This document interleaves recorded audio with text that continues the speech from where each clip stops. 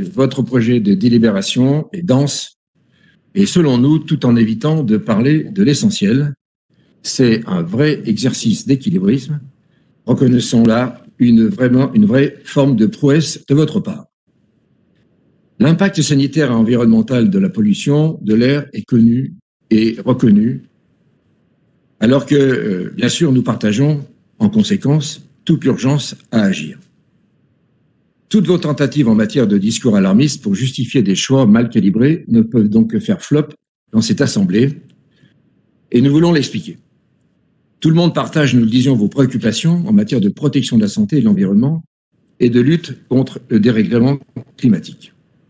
Je n'entrerai pas dans le débat, et pourtant il y aurait beaucoup à dire, sur l'impact écologique global au niveau mondial des véhicules qu'on nous présente aujourd'hui comme propres, notamment les véhicules électriques. Cela reviendrait à s'interroger sur la pertinence de cette classification de critères qui a l'avantage d'exister à défaut d'être totalement cohérente. Et dit de manière au niveau global, il faut le dire de temps en temps, nous exportons notre pollution dans les pays productifs et producteurs de matières premières.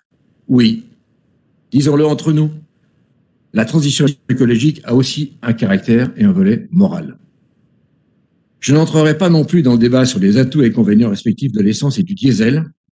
De toute façon, ce dernier a déjà perdu le combat en raison de son taux bien supérieur d'émissions de dioxyde d'azote, le fameux NOx, qui font des ravages en termes de troubles respiratoires. Et quand bien même le diesel aurait moins de monoxyde de carbone, moins de dioxyde de carbone et moins de particules fines de l'essence. Et ça renvoie à l'exemple du groupe précédent sur la personne qui venait d'acheter son véhicule Dacia. Le problème essentiel tient à l'objectif que vous voulez graver dans le marbre pour l'exclusion dès 2026 des véhicules critère 2 qui représentent à eux seuls plus de 40% du parc automobile sur la métropole en 2020. Rappelons pour résumer que le critère 2 correspond à tous les véhicules essence norme Euro 4, soit peu ou prou immatriculés entre 2006 et 2010 inclus. Et tous les véhicules diesel norme Euro 5 ou 6, ceux qui ont été achetés depuis 2011. C'est la grande masse des véhicules utilitaires et des véhicules familiaux, avec beaucoup de modèles diesel sur cette typologie de véhicules de type berline, monospace ou break. Rappelons également que depuis 2019, et encore depuis l'entrée en vigueur de la ZFE au 1er janvier 2020, nous avons incité les professionnels à convertir leurs véhicules en interdisant l'entrée des poids lourds et véhicules utilitaires légers classés critères 4, 5 et plus au 1er janvier 2020 et critère 3 depuis le 1er janvier 2021. Or, vers quelle catégorie de critères s'est engagé massivement en termes de renouvellement du parc de poids lourds et véhicules utilitaires? Eh bien, vers le critère 2. On va donc à nouveau demander aux artisans, aux PME, de renouveler le véhicule qui vient de changer. Cela n'a pas de sens. En réalité, je n'ai aucun doute sur le fait que vous avez parfaitement conscience que le cap que vous fixez pour 2026 est impossible à tenir au regard des capacités actuelles et à venir, quelles que soient nos ambitions en termes de développement des alternatives, notamment en matière de déplacement, les perspectives en matière d'innovation technologique et que sais-je encore. Pour parler d'ambition en matière de facilité intermodale, justement, ou plutôt de non-ambition, j'aimerais dire un mot sur les parkings relais. Ce sont les grands oubliés des PPI de la métropole et du Citral. On évoque de nouveaux parkings relais sous-dimensionnés, non financés. On voit donc très mal comment vous comptez massivement le report modal de la voiture individuelle sur les transports en commun à l'entrée de notre métropole. Ce cap, qui bien sûr, vous l'entendez, n'a rien de réaliste, c'est l'affichage de vos bonnes intentions, et vous savez, celle dont l'enfer est pavé. En inscrivant vos bonnes intentions dans le marbre, vos délibérations, et dans votre délibération, vous voulez non seulement un chèque en blanc de la part du Conseil de la métropole, en fixant un objectif sans nous préciser comment, vous comptez réellement l'atteindre, mais vous mettez aussi toute la collectivité et nos habitants au pied du mur, impossible à franchir, tant sur le plan économique que sur le plan social. Et je vous rappelle que vous avez fait campagne sur 2 piliers qui fondent votre politique actuelle, la transition écologique et la justice sociale. Eh bien, vous devez boiter sérieusement sur le plan social. 2 choix sont alors devant vous qui détermineront si vous êtes définitivement dogmatique ou véritablement pragmatique. Soit vous faites un grand trou dans le mur et vous l'abattez en prévoyant un système de dérogation tellement étendu en 2026 que vous videz l'objectif d'interdiction des critères 2 et plus et de sa substance, et vous générez de l'instabilité et de l'illisibilité pour l'usager. Dans ce cas, vous faites collectivement prendre le risque du défaut de crédibilité et du montage d'une usine à gaz inextricable. Soit vous maintenez ce cap coûte que coûte et vous foncez dans le mur qui existe toujours, tête baissée, sans vouloir voir le coût économique énorme que représente la conversion massive et précipitée des véhicules critères 2 avec une marche restant à franchir très haute et trop haute.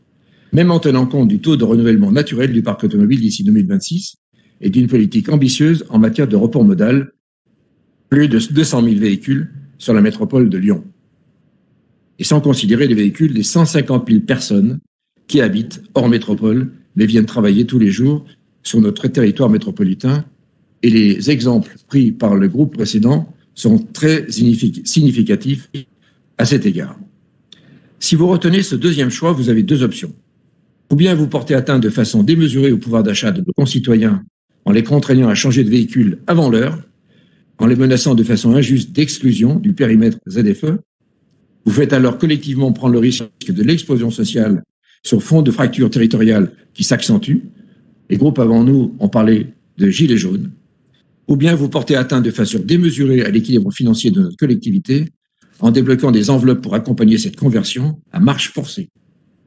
Vous parlez pudiquement d'aide financière et d'appel à projet sans autre précision.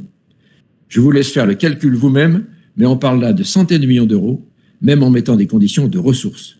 Dans ce cas, vous nous faites collectivement prendre le risque d'un siphonnage des capacités financières ou d'un endettement insoutenable de la métropole pour de nombreuses années. Potentiellement d'ailleurs, et théoriquement, vous pouvez combiner les deux. Alors quel est votre choix face à ce mur? Avez-vous trouvé une échelle magique pour le franchir que vous n'auriez pas mentionné dans le texte du projet de délibération? Plusieurs groupes vous ont soumis des amendements que vous seriez bien inspiré de ne pas rejeter d'un revers de main, tant ils pourraient vous permettre de ne pas pouvoir prendre le mur en pleine face.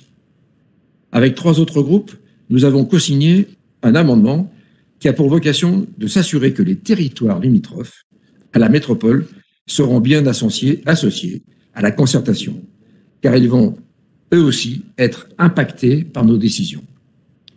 En ce qui concerne le groupe Synergie, nous défendons 3 amendements que je vous présente en synthèse. Le premier amendement, numéro 6, nous vous proposons de saisir la CNDP, la Commission nationale de débat public, pour l'organisation d'un véritable débat public sur l'étape 2 de l'amplification de la ZFE et pas simplement d'en rester à la désignation d'un garant. Pour le deuxième amendement, soit le 7, concerne la convergence des calendriers. Et ça, c'est un point important, la convergence des calendriers entre l'amplification de la ZFE et le déploiement des alternatives fiables à la voiture individuelle et à des solutions opérationnelles favorisant le rapport modèle.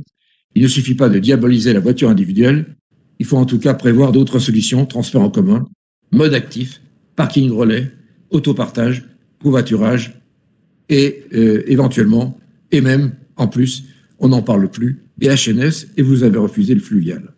Cela constitue bien sûr un enjeu majeur pour l'accessibilité sociale du dispositif et son efficacité qui passera notamment par la réduction de la part modale de la voiture dans les déplacements du quotidien. Il est ainsi proposé que le Conseil de la métropole soit régulièrement et précisément informé afin de s'assurer en toute transparence de cette convergence des calendriers. Enfin, le troisième amendement, qui est le numéro 8, rappelle que la définition et la mise en œuvre des alternatives à la voiture individuelle et les mesures d'accompagnement, notamment sur le plan financier, et du dispositif des dérogations sont essentielles à la réussite de l'amplification de la ZFE et dans les années à venir. Nous proposons de modifier le délibéré pour introduire une notion de conditionnalité afin de mieux prendre en compte ces impératifs. Monsieur le Président, votre projet d'amplification de la ZFE aurait donc pu être plus pragmatique, plus adapté aux réalités des familles et des entreprises, donc avec un calendrier plus pragmatique, tout en étant ambitieux et à la hauteur des enjeux sanitaires et climatiques à court terme. En conclusion, je crains qu'en confondant une nouvelle fois vitesse et précipitation, vous n'avez pas vu venir un mur aux contradictions inextricables